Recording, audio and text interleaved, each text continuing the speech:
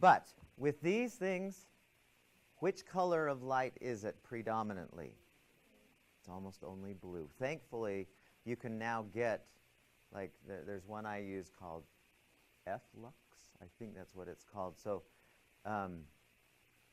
you notice the screen, if you have the option of your screen turning so it's harder to see and it's kind of a reddish, orange, yellow hue, turn that on and make the blue off.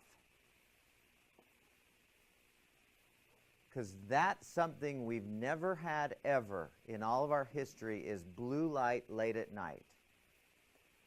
And I think that might be the thing that is doing more toward the sleep apnea than anything else and the sleeping problems. There's a lot of other things, but it's almost like, holy cow, the relationship of this and sleep problems is gigantic. I think it was the guy who wrote this last book I'm reading. What position is the ideal position to sleep? Back, side, or stomach? And what's the worst? Back is the worst. I know, everyone's going, wait a second, everyone told me. But this might be part of that sleep apnea. Is everyone's trained, I got to sleep on my back. And he said, no, you should be sleeping on your side. Or your stomach. It's okay to start on your stomach if you want, but in general, that's the healthier way to be sleeping. And if people go, well, I can't possibly sleep on my stomach or my side, I have to sleep on my back.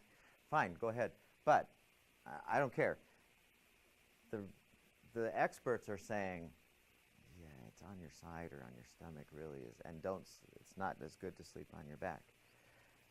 Now, what else was common to our ancestors? Think back, and what was common, really, really likely, as far as the conditions are concerned? They slept in cool, right? And the experts are now saying, you should make your room as cold as you can tolerate it. I know, the girls are going, ain't no way I'm going there. So that's another thing they had was fresh air. Because they didn't have insulated houses with no possibility for air to get through.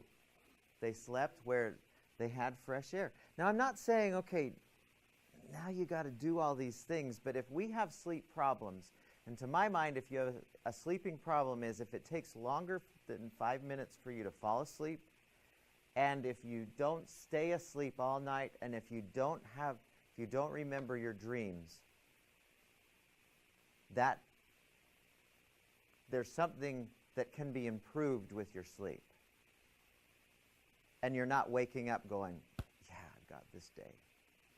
You're waking up feeling like crap.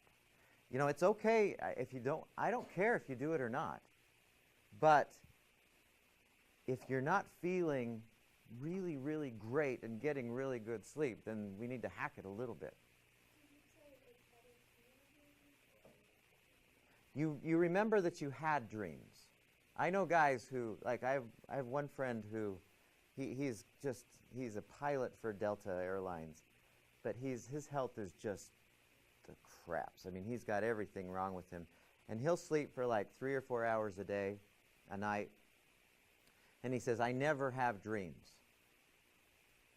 Now, the research on that is, for sure he's having dreams, but he doesn't remember that he's having them because he's not getting a deep enough sleep when he does sleep, and it's not, what's the right way of saying this? It's just a really bad quality of sleep. Here's a really interesting study that they did. I don't know if I've told this before.